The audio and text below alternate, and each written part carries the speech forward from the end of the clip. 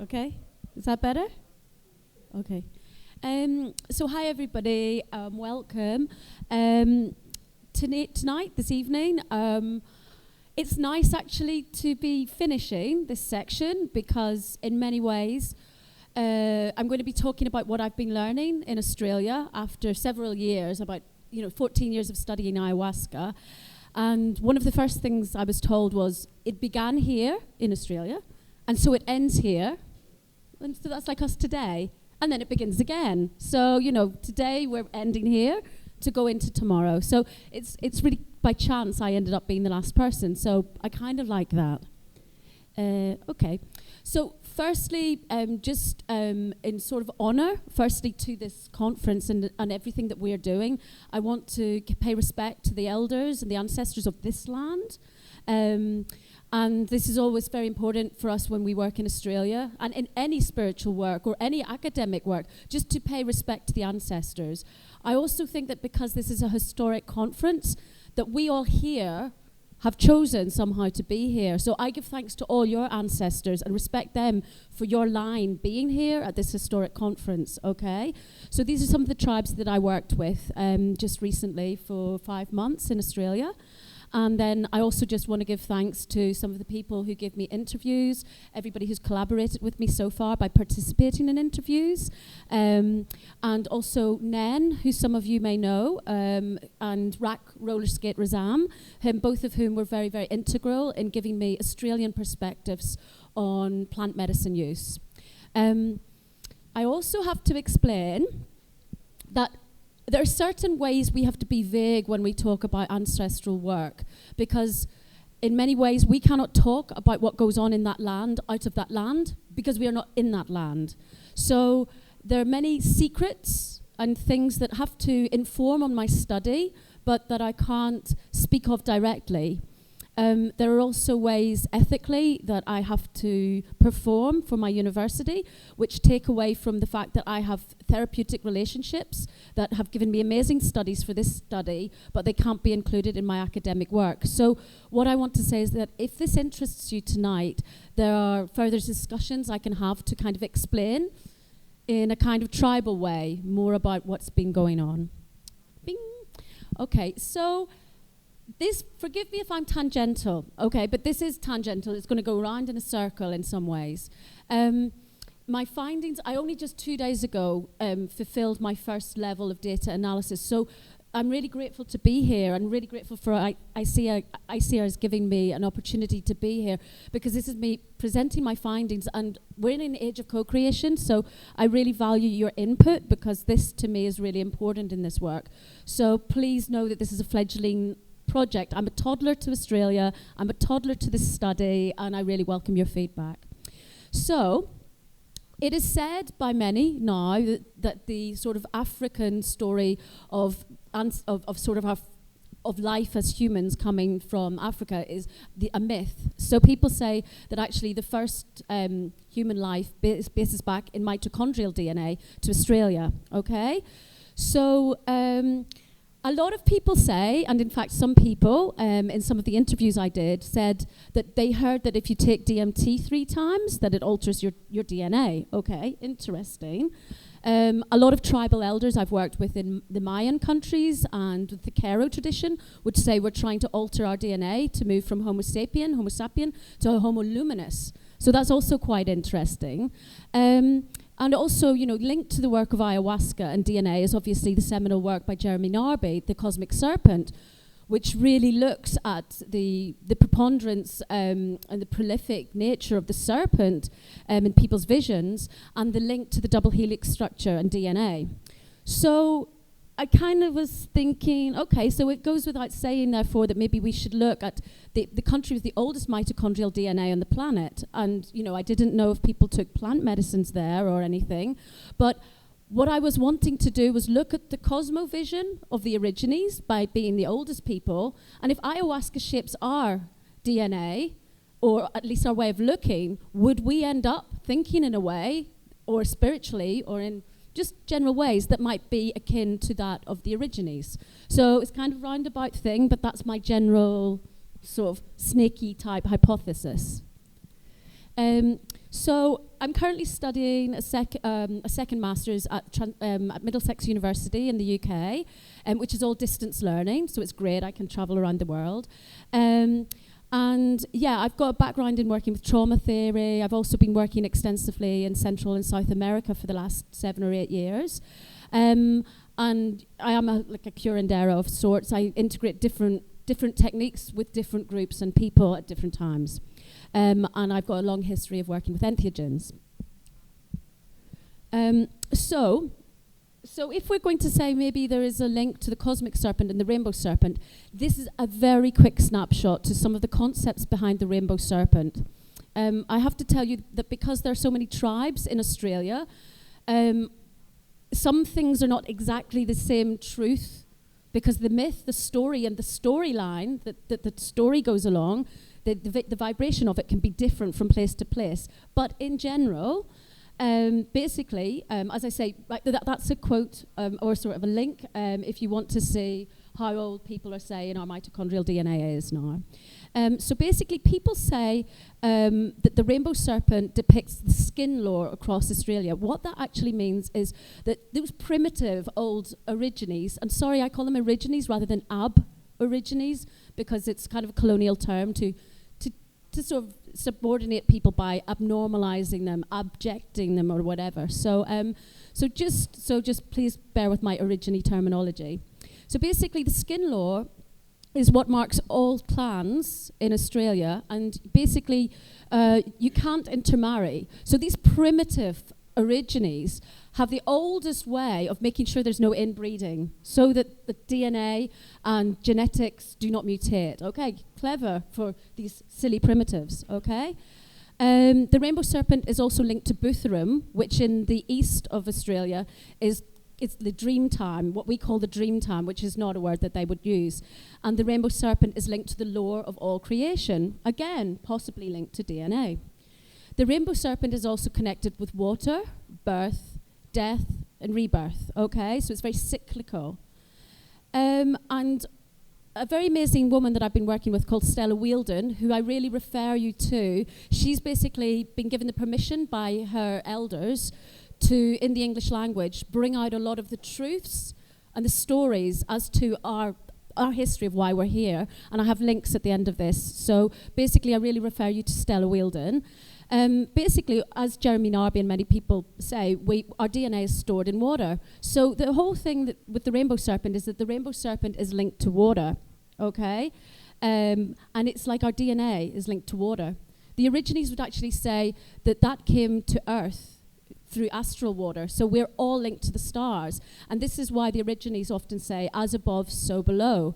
So they believe that everything that happened in the sky is represented through things like, so ʼloreʼ, Ayers Rock, is a representation of cataclysmic events that happened in space. And that we, consciousness, which is in plants obviously as well, we are all linked to that through our DNA, which is channeled through the water. So Stella Wheeldon's elder, who passed away in 2007, Auntie Marlene Boyd, she would just say, okay, we are intelligent bags of water. That's all we are. So I just want to bring in that consciousness of what the rainbow serpent represents. Okay? So also, a little bit, this is brought together from a few different threads. These are some key aspects to origine cosmovision or spirituality. And I just want you to hold these in you. And I'm sure, how many of you have taken ayahuasca before in this room? A good turnout. We like you. Okay, so please tune into this, because, you know, this work has been so exciting for me. And I love hearing what people say. I have to draw a little line somewhere for my thesis at this point, but I want to keep going. So I just want you to tune into if any of these themes have come up for you. I know that even just sitting in these last sessions, it was like tick, tick, tick, tick, tick. So anyway, the first one, and please forgive my pronunciation, Kanyini. And that's a general, and I have to be brief about these, so we could talk for days about each one of these, obviously. So please forgive my abruptness in terminologizing these, whatever. So basically, it's responsibility and unconditional love for all creation. So it's for all things, including rocks, including plants, because everything is connected, okay? So, and the whole thing about that I find really important. It's about this unconditional love. which is why we're at a very important crossroads in time, because the Aborigines, for all the genocide and hideousness that they've experienced, they're coming into this with forgiveness and wanting to share their knowledge with us at this time. So Tjukrrpa, or Tjukrrpa, I don't know how you pronounce this. Tjukrrpa, thank you so much. Yeah, Holly will be, can you read out the words for me, please? Holly's doing amazing work in Australia. So that's the creation period, or what we would call the Dreamtime, if we're from the West. And that again is this time and space that's not linear, where everything is connected in a consciousness. And we are maybe many lives. We are maybe every animal. We have been that, okay? So yeah, some of you may have experienced that. Then Kururipa, okay? That's spirit, soul, and psyche. Again, that goes beyond just your spirit, soul, and psyche. Walytja is family and kinship, okay? And then Ngura is land, home, place, or mother. Now, I thought that was quite interesting because mother equates with land. Also, land can also be equated with a part of your shoulder. So land is also your body, okay? So another elder says that one thing that is really key to original consciousness is pattern thinking, the ability to think in patterns and see things in such ways, okay? And another thing I thought was really interesting, which has been used a lot in trauma counselling with Aborigines, is creating talking circles where everybody talks things through, and that's called Dadiri. So people get through issues by empathising with each other and sitting down in a tribal context. So for me, that was quite interesting because in a lot of Western, sort of more, European, Eurocentric sort of cultures, we do a lot of talking circles after we take medicine. Okay, so a bit about my methodology and how I was going about this. Basically, I was using a grounded theory principle where I collect interviews kind of intuitively. We have to do some pilots. So I did 2 when I was in Mexico. And then we're allowed to springboard from what people have said. Oops, hello, it's gone dark, brilliant. We're allowed to springboard from what people have said into the next bit. And what we have to do is keep working until we saturate findings. So if we hear some themes coming up, we can start leading on those. So I actually followed a very open-ended line of questioning because I didn't want to lead people too much until I got into a later line of questioning, because actually people were flowing so much and everybody was saying such similar things whilst everybody had very unique journeys. Just thought it was interesting to just keep it as open as possible. And then what we have to do, which is what I've just done, is a level of coding the findings. So starting to see if there's a frequency of themes that's emerging and starting to create subsections. And once we've got those saturated, that they're coming up with some sort of frequency, we've reached saturation, which means that we can start writing up the work. And the good thing about grounded theory is you do literature survey usually after rather than before the work. So I've just done this coding, so it's just fresh to me, and that's why I'm kind of nervous, because this is my baby and I don't know what everybody's going to think. So that's that.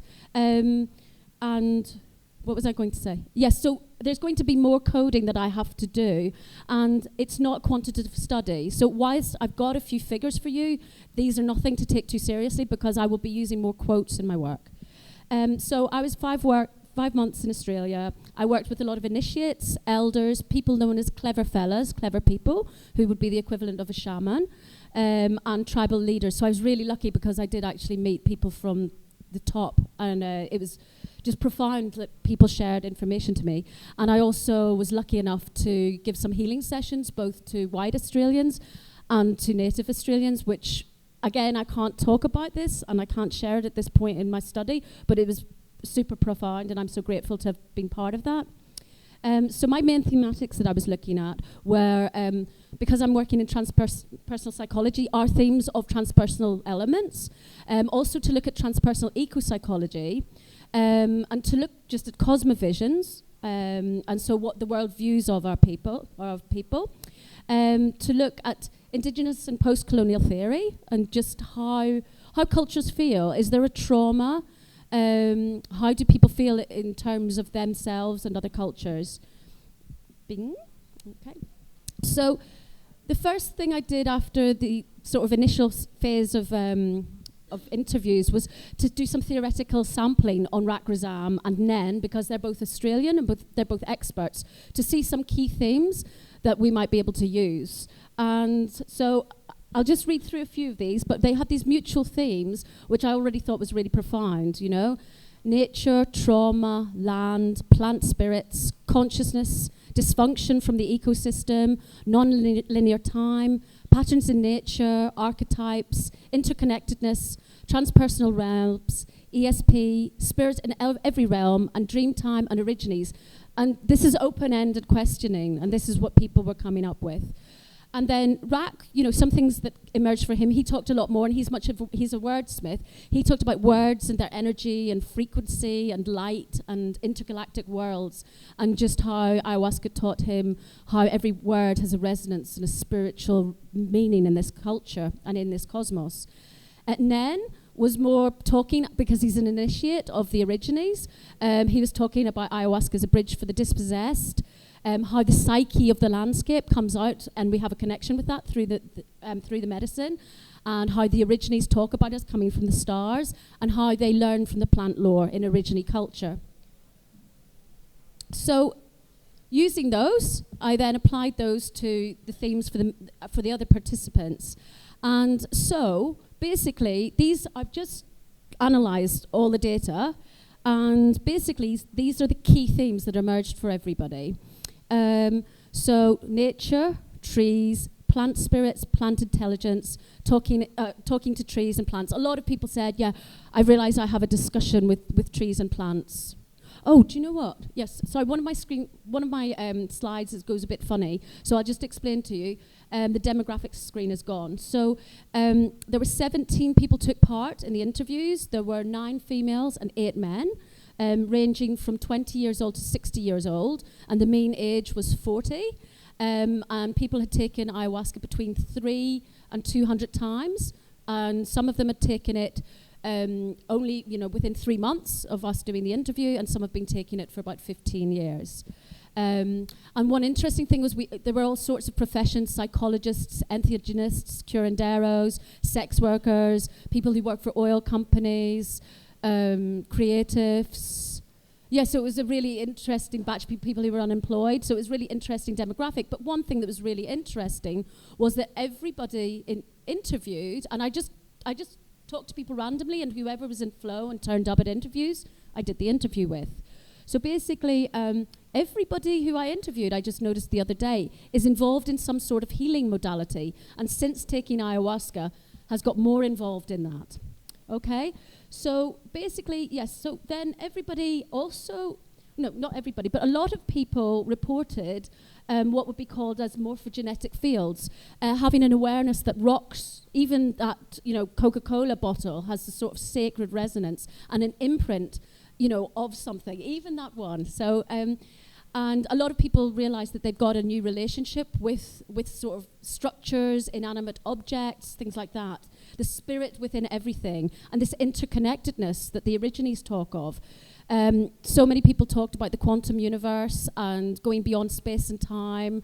A few people talked about the observer effect, and how they've realized that, you know, if they think about something, it can change it, which a lot of people have done to clear their ancestral line.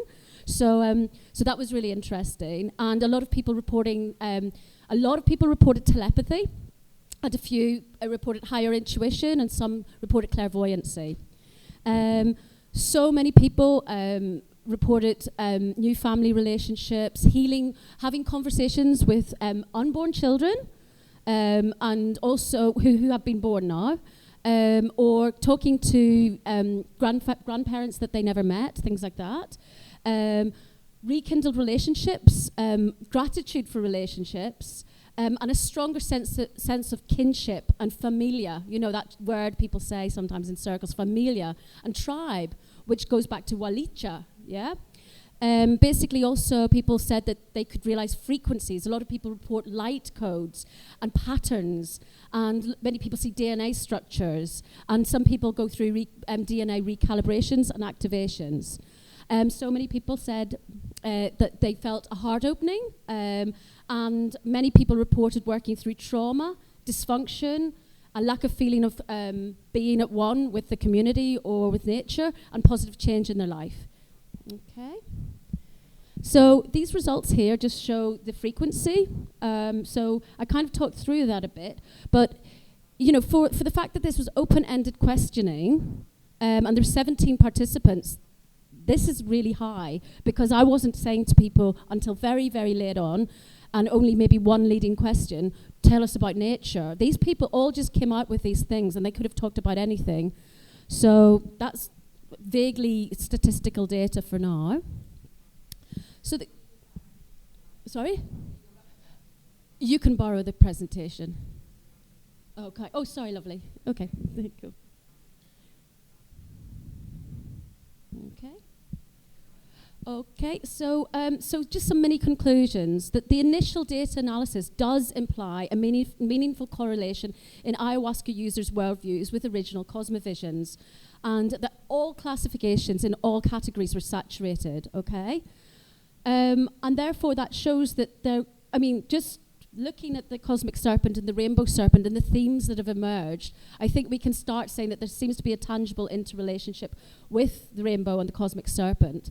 Quite a lot of people referred to having a new connection with water, and I just thought that was very interesting. A lot of people said DNA change and new relationships with water. And just a very huge thing was that at this time, you know, people find that it can really help them to live their life. So ayahuasca users can reawaken their relationship to life, land, and the cosmos, and lessen the trauma and dysfunction for both microcosm and macrocosm, which is very much coming back to that original way of seeing us all as together and all interconnected. And there's actually something that we can do, because this is again coming back to, it began here, so it ends here, and it begins again. We're at a pretty chaotic point in this planet, and a lot of people feel there's no hope. But taking things like ayahuasca appears to be one way that people can realign with nature and get beyond this entropic vision that people have. That's like why there's so much cancer, probably, is people believe that it's going to go into chaos. Ayahuasca gives people that sense of victory and hope. And so, so basically, you know, we can co-create our dreamings, and we can bring in these new myths. And that's why we, together with these First Nation cultures, can take it all at this point of ending to where it will begin again. So I've just got some mini recommendations. Basically, I think that this is something that more people should study. So personally, I would love to do more field work on this, and I'm going back to Australia soon.